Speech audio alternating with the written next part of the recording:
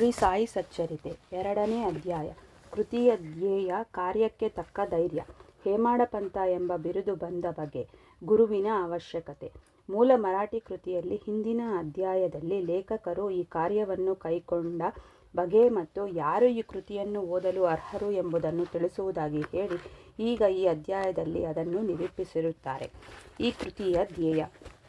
ಈ ಹಿಂದಿನ ಅಧ್ಯಾಯದಲ್ಲಿಯೇ ನಾನು ಶ್ರೀ ಸಾಯಿಬಾಬಾ ಕಾಲರ ಅಂಟುಜಾಡ್ಯವು ಹರಡುವುದನ್ನು ತಡೆಗಟ್ಟಿದ ಅದ್ಭುತ ಪವಾಡವನ್ನು ವಿವರಿಸಿದ್ದೇನೆ. ಇದಾದ ನಂತರ ಅನೇಕ ಅದ್ಭುತ ಪವಾಡಗಳನ್ನು ಕೇಳಿದೆ. ಅದರಿಂದ ಉಂಟಾದ ಸಂತೋಷದಿಂದ ಈ ಕೃತಿಯು ಹೊರಹೊಮ್ಮಿದೆ.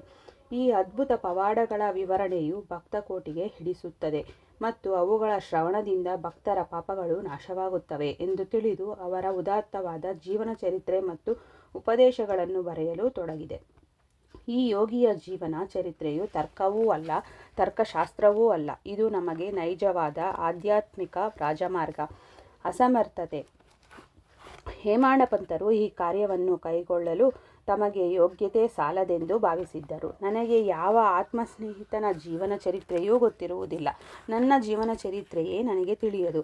ಹೀಗಿರುವಾಗ ಓರ್ವ ಮಹಾಯೋಗಿಯ ಜೀವನ ಚರಿತ್ರೆ ಬರೆಯಲು ಸಾಧ್ಯವೇ? ಅವರ ಅವತಾರವನ್ನು ವಿವರಿಸಲು ಶಕ್ಯನೇ? ಮಹಾಯೋಗಿಗಳ ಜೀವನ ಚರಿತ್ರೆ ಬರೆಯಬೇಕಾದರೆ ಅವರೂ ಸಹ ಮಹಾಯೋಗಿಗಳ ಹಾಗೆಯೇ ಇರಬೇಕು. ಇಲ್ಲದಿದ್ದರೆ ಅವರ ಅನುಭವಗಳನ್ನು ಹೊರಗೆಡಹಲು ಹೇಗೆ ಸಾಧ್ಯವಾದೀತು? ಇದೊಂದು ಕ್ಲಿಷ್ಟ ಸಮಸ್ಯೆ. ಮಹಾಸಾಗರದ ಆಳವನ್ನು ಪತ್ತೆ ಹಚ್ಚಬಹುದು, ಗಗನಕ್ಕೆ ವಸ್ತ್ರವನ್ನು ಹೊದಿಸಬಹುದು. ಆದರೆ ಈ ಕೆಲಸ ಗುರುತವಾದುದು. ನಂತರ ನಗೆಗೀಡಾದೆನು ಎಂದು ಹೇಳಿ ಸಾಯಿಯವರ ಆಶೀರ್ವಾದವನ್ನು ಬೇಡಿದೆ ಎಂಬುದಾಗಿ ಕವಿ ಹೇಮಾಡ ಪಂಥ ಹೇಳಿರುತ್ತಾರೆ. ಅತ್ಯಂತ ಹೆಸರುವಾಸಿಯಾದ ಮಹಾರಾಷ್ಟ್ರದ ಕವಿಯೋಗಿಗಳಾದ ಶ್ರೀ ಜ್ಞಾನೇಶ್ವರ ಮಹಾರಾಜರು ಈ ರೀತಿ ಹೇಳಿದ್ದಾರೆ. ಮಹಾಯೋಗಿಗಳು ಭಕ್ತರಿಂದ ತಮ್ಮದೇ ಆದ ವಿಚಿತ್ರ ರೀತಿಯಿಂದ ತಮ್ಮ ಕೆಲಸವನ್ನು ನೆರವೇರಿಸಿಕೊಳ್ಳುತ್ತಾರೆ. ಸಂತರ ಧ್ಯೇಯವನ್ನು ಸಾಧಿಸಲು ಭಕ್ತರು ಬಾಹ್ಯ ಪ್ರತೀಕರಷ್ಟೇ. ಸುಮಾರು 1700ರಲ್ಲಿ ಕವಿ ಮಹಿಪತಿಯವರು ಮಹಾಯೋಗಿಗಳ ಅದ್ಭುತ ಜೀವನ ಚರಿತ್ರೆಯನ್ನು ಬರೆಯಲು ಉತ್ಸುಕರಾದರು. ಮಹಾಯೋಗಿಗಳು ಅವರನ್ನು ಪ್ರೇರೇಪಿಸಿ ಆ ಕಾರ್ಯವನ್ನು ಕೈಗೂಡಿಸಿಕೊಂಡರು. ಇದೇ ರೀತಿ 1800ರಲ್ಲಿ ದಾಸಗಣುರವರ ಸೇವೆಯೂ ಸ್ವೀಕರಿಸಲ್ಪಟ್ಟಿತು. ಕವಿ ಮಹಿಪತಿಯವರು 4 ಕೃತಿಗಳನ್ನು ಹೊರಗೆಡಹಿದರು. ಭಕ್ತವಿಜಯ, ಸಂತವಿಜಯ, ಭಕ್ತಲೀಲಾಮೃತ, ಸಂತಲೀಲಾಮೃತ. ಶ್ರೀ ದಾಸಗಣುರವರು ಭಕ್ತಲೀಲಾಮೃತ ಮತ್ತು ಸಂತಲೀಲಾಮೃತ ಎಂಬ ಮಹೋನ್ನತ ಕೃತಿಗಳನ್ನು ಜನಸಮೂಹಕ್ಕೆ ದಯಪಾಲಿಸಿದರು. ಇವುಗಳಲ್ಲಿ ಅನೇಕ ನವ್ಯ ಮಹಾಯೋಗಿಗಳ ಜೀವನ ಚರಿತ್ರೆಯೂ ಉಲ್ಲೇಖಿಸಲ್ಪಟ್ಟಿದೆ. ಭಕ್ತಲೀಲಾಮೃತ 31ನೇ ಅಧ್ಯಾಯದಿಂದ 32ನೇ ಮತ್ತು 34ನೇ ಅಧ್ಯಾಯಗಳಲ್ಲಿಯೂ ಮತ್ತು ಸಂತಲೀಲಾಮೃತದ 57ನೇ ಅಧ್ಯಾಯದಲ್ಲಿಯೂ ಶ್ರೀ ಸಾಯಿಬಾಬಾ ಅವರ ಜೀವನ ಚರಿತ್ರೆಯನ್ನು ಕಾಣಬಹುದು. ಇವು ಸಾಯಿಲೀಲಾ ಮಾಸಿಕದ 11, 12 ಮತ್ತು 17ನೇ ಸಂಚಿಕೆಗಳಲ್ಲಿ ಪ್ರಕಟವಾಗಿವೆ. ಇದೇ ರೀತಿ ಶ್ರೀ ಸಾಯಿಬಾಬಾರವರ ಅದ್ಭುತ ಲೀಲೆಗಳನ್ನು ಶ್ರೀಮತಿ ಸಾವಿತ್ರಿಬಾಯಿ ರಘುನಾಥ ಟೆಂಡೋಳಕರ ಅವರು ಚಿಕ್ಕದಾದ ಅಚ್ಚುಕಟ್ಟಾದ ಶ್ರೀ ಸಾಯಿನಾಥ ಭಜನಾಮಾಲಾ ಎಂಬ ಪುಸ್ತಕದಲ್ಲಿ ಬಹಳ ಚೆನ್ನಾಗಿ ವಿವರಿಸಿದ್ದಾರೆ. ದಕ್ಷಿಣ ಭಿಕ್ಷಾ ಸಂಸ್ಥೆ ಶಿರಡಿಯ ಪ್ರಕಟಣೆಯಾದ ಶ್ರೀ ಸಾಯಿ ಪ್ರಭಾಪ್ ಎಂಬ ಪುಸ್ತಕದಲ್ಲಿ ಸಾಯಿ ಭಕ್ತರಾದ ಅಮಿದಾಸ ಭವಾನಿ ಮೆಹತಾ ಅವರು ಸಾಯಿಬಾಬಾರವರ ಕೆಲವು ಕಥೆಗಳನ್ನು ಗುಜರಾತಿಯಲ್ಲಿ ಬರೆದಿರುತ್ತಾರೆ. ಇಷ್ಟೊಂದು ಕೃತಿಗಳಿದ್ದಾಗ ಈ ಸಚ್ಚರಿತೆಯ ಅವಶ್ಯಕತೆ ಏನು ಎಂಬ ಪ್ರಶ್ನೆ ಬರುವುದು ಸಹಜ. ಇದಕ್ಕೆ ಉತ್ತರ ಬಹು ಸುಲಭ. ಶ್ರೀ ಸಾಯಿಬಾಬಾ ಅವರ ಜೀವನವು ಮಹಾಸಾಗರದಷ್ಟು ವಿಶಾಲವೂ ಮತ್ತು ಆಳವೂ ಆಗಿದೆ. ಯಾರು ಬೇಕಾದರೂ ಈ ಮಹಾಸಾಗರದಲ್ಲಿ ಮುಳುಗಿ ಜ್ಞಾನ ಮತ್ತು ಭಕ್ತಿ ಎಂಬ ಅನರ್ಘ್ಯ ರತ್ನಗಳನ್ನು ತೆಗೆದು ಭಕ್ತಕೋಟಿಗೆ ಹಂಚಬಹುದು. ಇವರ ಕಥೆಗಳು, ಉಪದೇಶಗಳು ಮತ್ತು ನೀತಿ ಪಾಠಗಳು ಬಹಳ ಅದ್ಭುತವಾಗಿವೆ. ಯಾರು ದುಃಖದಿಂದ ನೊಂದಿರುತ್ತಾರೆಯೋ, ಪ್ರಾಪಂಚಿಕ ಜೀವನದಲ್ಲಿ ಜಿಗುಪ್ಸೆ ಹೊಂದಿರುತ್ತಾರೆಯೋ ಅಂಥವರಿಗೆ ಇವು ಶಾಂತಿ ಮತ್ತು ಸಂತೋಷವನ್ನು ನೀಡುತ್ತವೆ. ಪ್ರಾಪಂಚಿಕ ಮತ್ತು ಪಾರಮಾರ್ಥಿಕ ವಿಷಯಗಳಲ್ಲಿ ಅವರಿಗೆ ಜ್ಞಾನವನ್ನು, ಅರಿವನ್ನು ಉಂಟು ಮಾಡುತ್ತವೆ. ವೇದಗಳಂತೆ ಅಭಿರುಚಿ ಹಾಗೂ ಬೋಧಪ್ರದವಾದ ಶ್ರೀ ಸಾಯಿಬಾಬಾರವರ ಉಪದೇಶಗಳನ್ನು ಯಾರು ಶ್ರದ್ಧೆಯಿಂದ ಕೇಳುತ್ತಾರೆಯೋ ಅವರ ಅಭಿಷ್ಟಗಳು ಸಿದ್ಧಿಸುವವು. ಈ ಕಥೆಗಳನ್ನು ಸಂಗ್ರಹಿಸಿ ಇಡುವುದೇ ನನ್ನ ಮುಖ್ಯೋಪಾಸನೆ. ಶ್ರೀ ಸಾಯಿಬಾಬಾ ಅವರ ದರ್ಶನವನ್ನು ಯಾರಿಗೆ ಪಡೆಯಲು ಆಗಲಿಲ್ಲವೋ ಅಂಥವರಿಗೆ ಈ ಕೃತಿ ಸಂತೋಷವನ್ನು ದೊರಕಿಸುತ್ತದೆ. ಆದ್ದರಿಂದ ಈ ಕಾರ್ಯದಲ್ಲಿ ನಾನು ಅನುವಾದೆ. ನಾನು ನನ್ನದು ಎಂಬ ಅಹಂಕಾರವನ್ನು ಅವರ ದಿವ್ಯ ಚರಣಾರವಿಂದಗಳಲ್ಲಿ ಅರ್ಪಿಸಿರುತ್ತೇನೆ. ಆದ್ದರಿಂದ ದಾರಿ ಈಗ ಸುಗಮವಾಗಿದೆ ಎಂದು ಭಾವಿಸಿದ್ದೇನೆ. ಅವರು ನನಗೆ ಇಹ ಪರಗಳೆರಡರಲ್ಲಿಯೂ ಸಂತೋಷವನ್ನು ದೊರಕಿಸಿ ಕೊಡುತ್ತಾರೆ ಎಂದೇ ನನ್ನ ಅಚಲ. ನಾನೇ ಸ್ವತಃ ಬಾಬಾ ಅವರ ಅಪ್ಪಣೆ ಪಡೆಯಲಿಲ್ಲ. ಆದುದರಿಂದ ಅವರ ಆತ್ಮೀಯ ಸಖರಾದ ಮಾಧವರಾವ ದೇಶಪಾಂಡೆ ಅವರನ್ನು ನನ್ನ ಪರವಾಗಿ ಮಾತಾಡಲು ಬೇಡಿಕೊಂಡೆನು. ಅವರು ಈ ವಿಚಾರವನ್ನು ಬಾಬಾ ಅವರಿಗೆ, ಈ ಅಣ್ಣಾ ಸಾಹೇಬರು ನಿಮ್ಮ ಜೀವನ ಚರಿತ್ರೆ ಬರೆಯಲು ಉತ್ಸುಕರಾಗಿದ್ದಾರೆ. ನಾನು ಬಡ ಫಕೀರ, ನನ್ನ ಜೀವನ ಚರಿತ್ರೆಯ ಅವಶ್ಯಕತೆ ಇಲ್ಲ ಎಂದು ದಯವಿಟ್ಟು ಹೇಳಬೇಡಿ.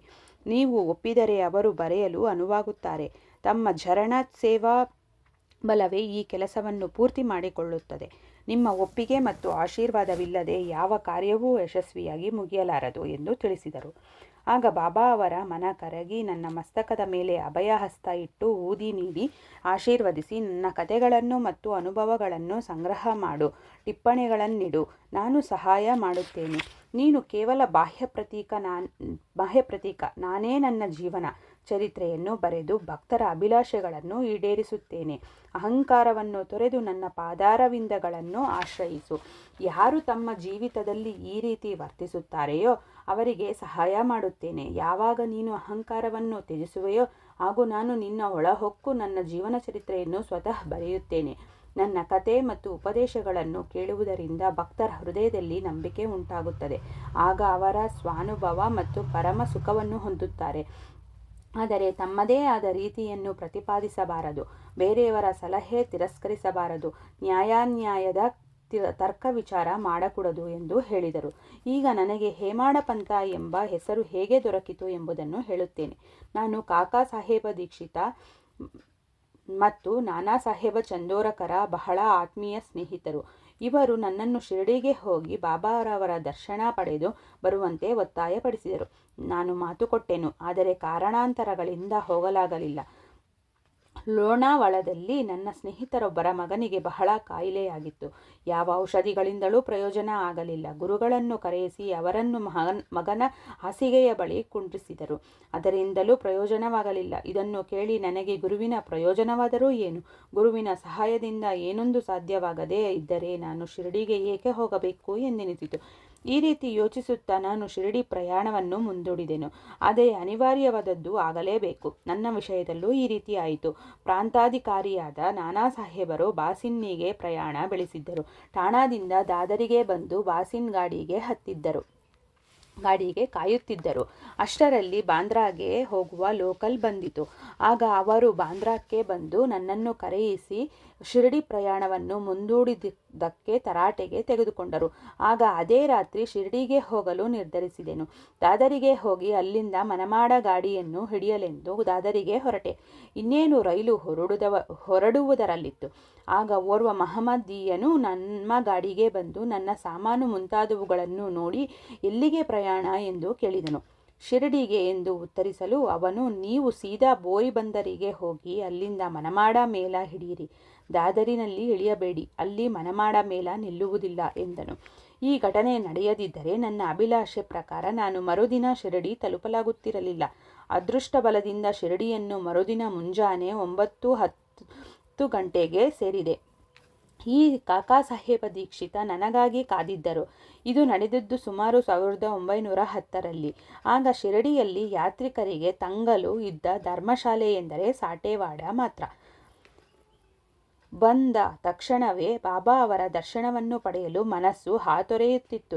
ಆಗ ತಾನೇ ತಾತ್ಯಾ ಸಾಹೇಬ ನೂಲಕರರು ಮಸೀದಿಯಿಂದ ಹಿಂತಿರುಗಿ ಬಂದು, ಬಾಬಾ ಈಗ ವಾಡಾದ ಮೂಲೆಯ ಹತ್ತಿರ ಇದ್ದಾರೆ, ಮೊದಲು ಹೋಗಿ ಅಲ್ಲಿ ದರ್ಶನ ಪಡೆಯಿರಿ, ಸ್ನಾನವಾದ ನಂತರ ವಿರಾಮವಾಗಿ ಮಸೀದಿಯಲ್ಲಿ ದರ್ಶನ ಪಡೆಯಿರಿ ಎಂದು ಹೇಳಿದರು. ಇದನ್ನು ಕೇಳಿ ಬಾಬಾರವರ ಕಡೆಗೆ ಕೂಡಲೇ ಬಂದೆ. ನನ್ನ ಸಂತೋಷಕ್ಕೆ ಪಾರವಿಲ್ಲದಾಯಿತು. ಅವರು ಹೇಳಿದುದಕ್ಕಿಂತ ಮಿಗಿಲಾದುದನ್ನು ಕಂಡೆನು. ನನ್ನ ಇಂದ್ರಿಯಗಳೆಲ್ಲವೂ ತೃಪ್ತಿಗೊಂಡವು. ಹಸಿವು ನೀರಡಿಕೆ ದೂರವಾದವು. ಶ್ರೀ ಬಾಬಾರವರ ಚರಣಾರವಿಂದಗಳ ಸ್ಪರ್ಶವಾದ ಕೂಡಲೇ ನಾನು ಪುನರ್ಜನ್ಮ ಹೊಂದಿದಂತಾಯಿತು. ಶ್ರೀಯವರ ದರ್ಶನ ಪಡೆಯಲು ಪ್ರೇರೇಪಿಸಿದವರನ್ನು ಸ್ಮರಿಸಿಕೊಂಡೆನು. ನಾನು ಅವರನ್ನು ನನ್ನ ನಿಜವಾದ ಬಂಧುಗಳೆಂದೇ ಭಾವಿಸಿದ್ದೇನೆ. ಅವರನ್ನು ನೆನೆದು ಮನದಲ್ಲಿ ಪ್ರಾರ್ಥಿಸುತ್ತೇನೆ. ಶ್ರೀ ಬಾಬಾ ಅವರ ದರ್ಶನದಲ್ಲಿ ಒಂದು ವಿಚಿತ್ರ ಶಕ್ತಿ ಅಡಗಿದೆ. ನನ್ನ ಅಭಿಪ್ರಾಯದಲ್ಲಿ ಅವರ ದರ್ಶನದಿಂದ ನಮ್ಮ ಭಾವನೆಗಳೆಲ್ಲವೂ ಬದಲಾಗುತ್ತವೆ. ನಮ್ಮ ಪೂರ್ವ ಕರ್ಮಗಳೆಲ್ಲ ಸವೆದು ಕ್ರಮೇಣ ಪ್ರಾಪಂಚಿಕ ವಸ್ತುಗಳ ಕಡೆಗೆ ವೀತರಾಗ ಉಂಟಾಗುತ್ತದೆ. ಮೋಹ ಕಡಿಮೆಯಾಗುತ್ತದೆ. ನಮ್ಮ ಪೂರ್ವ ಜನ್ಮದ ಪುಣ್ಯಗಳ ಫಲದಿಂದ ಮಾತ್ರವೇ ನಮಗೆ ಅವರ ದರ್ಶನ ಸಾಧ್ಯ. ನೀವು ಶ್ರೀ ಸಾಯಿಬಾಬಾರವರನ್ನು ನೋಡಿದರೆ ನಿಜವಾಗಿಯೂ ಪ್ರಪಂಚವೇ ಸಾಯಿಬಾಬಾರಂತೆ ಕಾಣುವುದು. ಬಿಸಿ ತರ್ಕ. ನಾನು ಶಿರಡಿಗೆ ಬಂದ ದಿನವೇ ಗುರುವಿನ ಅಗತ್ಯದ ಬಗ್ಗೆ ನನಗೂ ಬಾಳಾಸಾಹೇಬ ಬಾಟೆಯವರಿಗೂ ದೊಡ್ಡ ಚರ್ಚೆ ನಡೆಯಿತು. ನಮ್ಮ ಸ್ವತಂತ್ರತೆಯನ್ನೇಕೆ ಬಿಡಬೇಕು? ಪರರಿಗೇಕೆ ದಾಸರಾಗಬೇಕು? ಗುರುವಿನ ಅಗತ್ಯವೇನು? ನಮ್ಮ ಕರ್ತವ್ಯವನ್ನು ನಾವು ಮಾಡಬೇಕು. ನಮ್ಮನ್ನು ನಾವು ಕಾಪಾಡಿಕೊಳ್ಳಲು ಶ್ರಮಿಸಬೇಕು. ಸುಮ್ಮನೆ ಜಾಡ್ಯತನದಿಂದ ಕುಳಿತು ನಿದ್ರೆ ಮಾಡುವುದರಿಂದೇನು ಪ್ರಯೋಜನ ಎಂದು ನನ್ನ ವಾದ.